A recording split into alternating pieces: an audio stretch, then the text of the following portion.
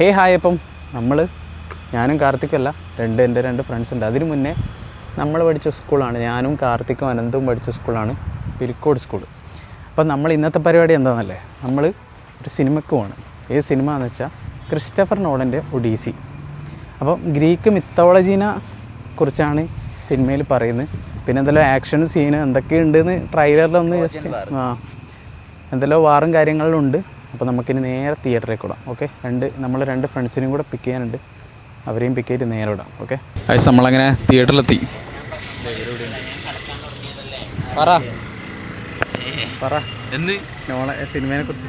Cinema നല്ല പ്രതീക്ഷയുണ്ട്. Cinema Christopher നോളൻ്റെ എത്രാമത്തെ സിനിമ അറിയാ? പറ കാർത്തിക്, പറടാ.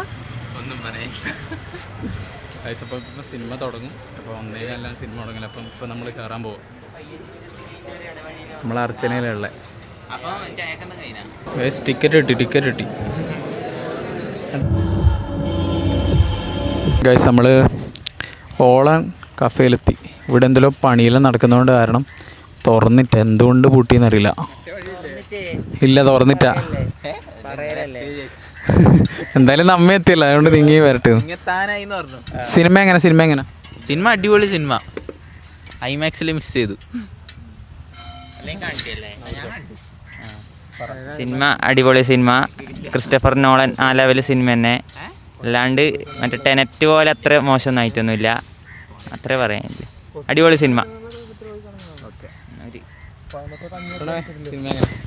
സിനിമ നല്ല സിനിമയാണ്.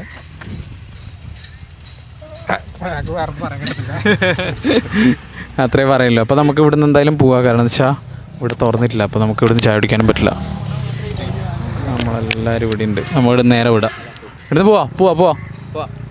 ഓക്കെ, നമ്മൾ പോവാൻ ഇങ്ങനെ തീരുമാനിച്ചിരിക്കുമ്പോൾ പശു വന്ന് മുമ്പിൽ നിന്നു. എല്ലാവർക്കും പടി, എനക്കൊഴിച്ച്. അവിടെ ബാക്കിൽ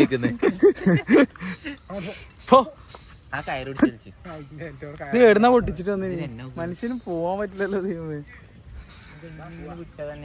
ഇതാ ആടെ നിന്നുണ്ട്. അപ്പം നമ്മൾ ചായ കുടിക്കാനായിട്ട് ജനതയിൽ നിർത്തിയിട്ടാണ്. കാർത്തിക് നല്ല ബോളിങ്ങാണ് പ്രണവ്. കട്ടൻ ചായ പോയി സുജയും ഉണ്ട്. സോ അപ്പോൾ നമ്മൾ ഇവിടെ നിന്ന് ഇനി ഇത് കഴിച്ചിട്ട് നേരെ ഇറങ്ങും. എന്നെ അടുത്തേക്ക് പോകുന്നു. അമ്മ ഓളത്ത് പോകാനാണ് നിന്നേ, പക്ഷെ അവിടെ തുറന്നിട്ടില്ല. ആടെയാണെങ്കിൽ നല്ല വൃത്തി ഇരുന്ന് വർത്താനം പറയാം. ഇവിടെ ഫുൾ ഒച്ചപ്പാടും കാര്യങ്ങളാണ്, അതുകൊണ്ട് ഇവിടെ നിന്ന് അധികം വർത്താനം പറയാനും പറ്റില്ല അല്ലേ.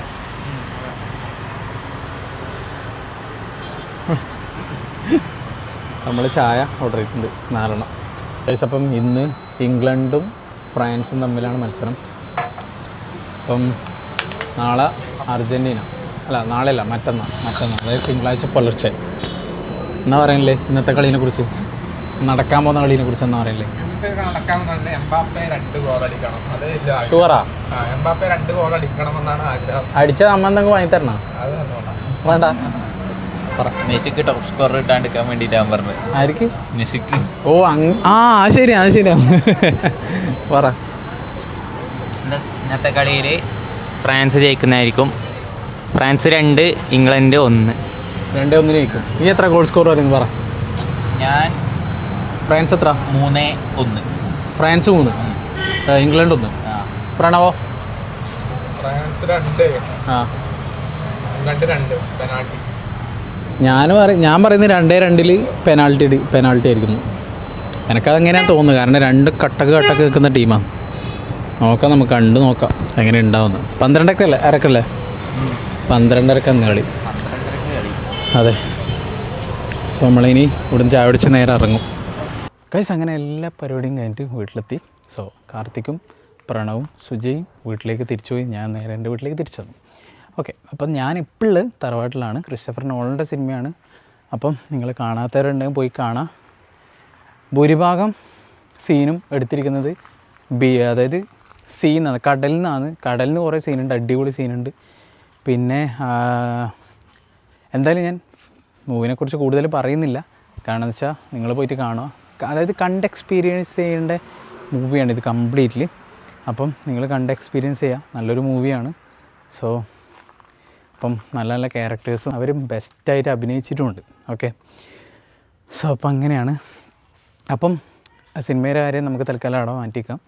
ഇപ്പം പറയാനുള്ളത് നമ്മുടെ അതായത് നാളെ പുലർച്ചക്ക് അതിരാവിലെ 2:30 നമ്മളെ ഇംഗ്ലണ്ടിൻ്റെയും ഫ്രാൻസിൻ്റെയും കളി വരുന്നത്. അപ്പം നിങ്ങളെപ്പോലെ ഞാനും ഭയങ്കര എക്സൈറ്റഡാണ്. അപ്പം നമുക്കെന്തായാലും കളി കാണണം.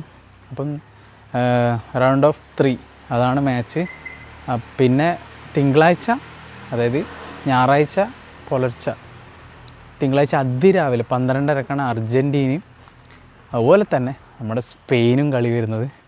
സോ അത് നമുക്ക് കാണണം. സോ നമുക്ക് നോക്കാം അർജൻറ്റീനയോ അല്ലെങ്കിൽ സ്പെയിനോ ഇക്കൊല്ലത്തെ വേൾഡ് കപ്പ് അടിക്കുമെന്ന്. എല്ലാവരും പറയുന്നത് അർജൻറ്റീന അടിക്കുന്നതാണ്, പക്ഷെ ചില കൂട്ടം പറയുന്നുണ്ട് സ്പെയിൻ അടിക്കുന്നു. നമുക്കത് കണ്ട് തന്നെ എക്സ്പീരിയൻസ് ചെയ്യണം. നമുക്കിപ്പം പ്രെഡിക്റ്റ് ചെയ്യാൻ പറ്റില്ല ഏത് ടീമാണ്. നമുക്കിങ്ങനെ പറയാം ഇത്ര ഗോളിന് അവർ ജയിക്കും, ഇത്ര ഗോളിന് ഇവർ ജയിക്കും എന്നൊക്കെ പറയാം. എനിക്ക് തോന്നുന്നത് 2-2 ഡ്രോ ആയിട്ട് പെനാൾട്ടിയിൽ അർജൻറ്റീന ജയിക്കാൻ ചാൻസ് ഉണ്ടെന്നാണ്. അല്ലെങ്കിൽ സ്പെയിൻ ആയിരിക്കും ജയിക്കുക. അത് കൂടുതലായിട്ട് പറയാനും പറ്റില്ല. നല്ല മഴയാണ് ഇപ്പോൾ കഴിഞ്ഞിട്ട് ഉണ്ടായത്.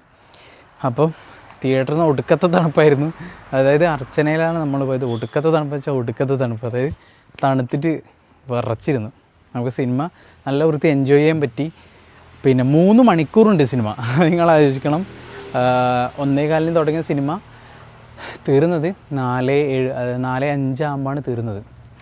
സോ നല്ല സിനിമ, അടിപൊളി സിനിമ. അതായത് ഞാൻ ഇംഗ്ലീഷ് സിനിമ അധികം കാണാറില്ലെങ്കിലും എനിക്ക് കണ്ടിട്ട് നല്ല ഇഷ്ടപ്പെട്ടു.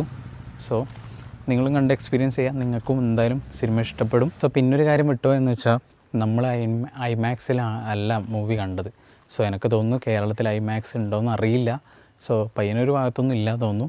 അപ്പം നിങ്ങൾ പറ്റുന്നതും ഐമാക്സിൽ കാണാൻ നോക്കുക. കാരണം എന്ന് വെച്ചാൽ ബെറ്റർ എക്സ്പീരിയൻസും ബെറ്റർ ഫീലും കിട്ടണമെങ്കിൽ നിങ്ങൾ ഐമാക്സിൽ കണ്ടേ പറ്റൂ. അപ്പോൾ നിങ്ങൾക്ക് നല്ലൊരു എക്സ്പീരിയൻസ് ആകും സിനിമ. അടിപൊളി സിനിമയാണ്, നല്ല ആക്ഷനും കാര്യങ്ങളും, ഒരു ത്രില്ലർ ടൈപ്പ് സിനിമയാണ്.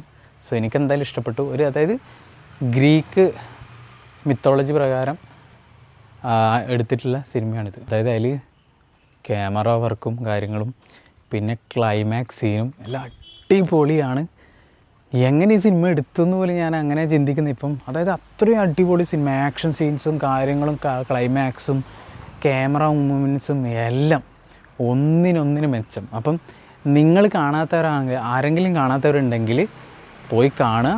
സോ നല്ല രീതിക്ക് സിനിമ മനസ്സിലാക്കാനും എക്സ്പീരിയൻസ് ചെയ്യാനും പറ്റും.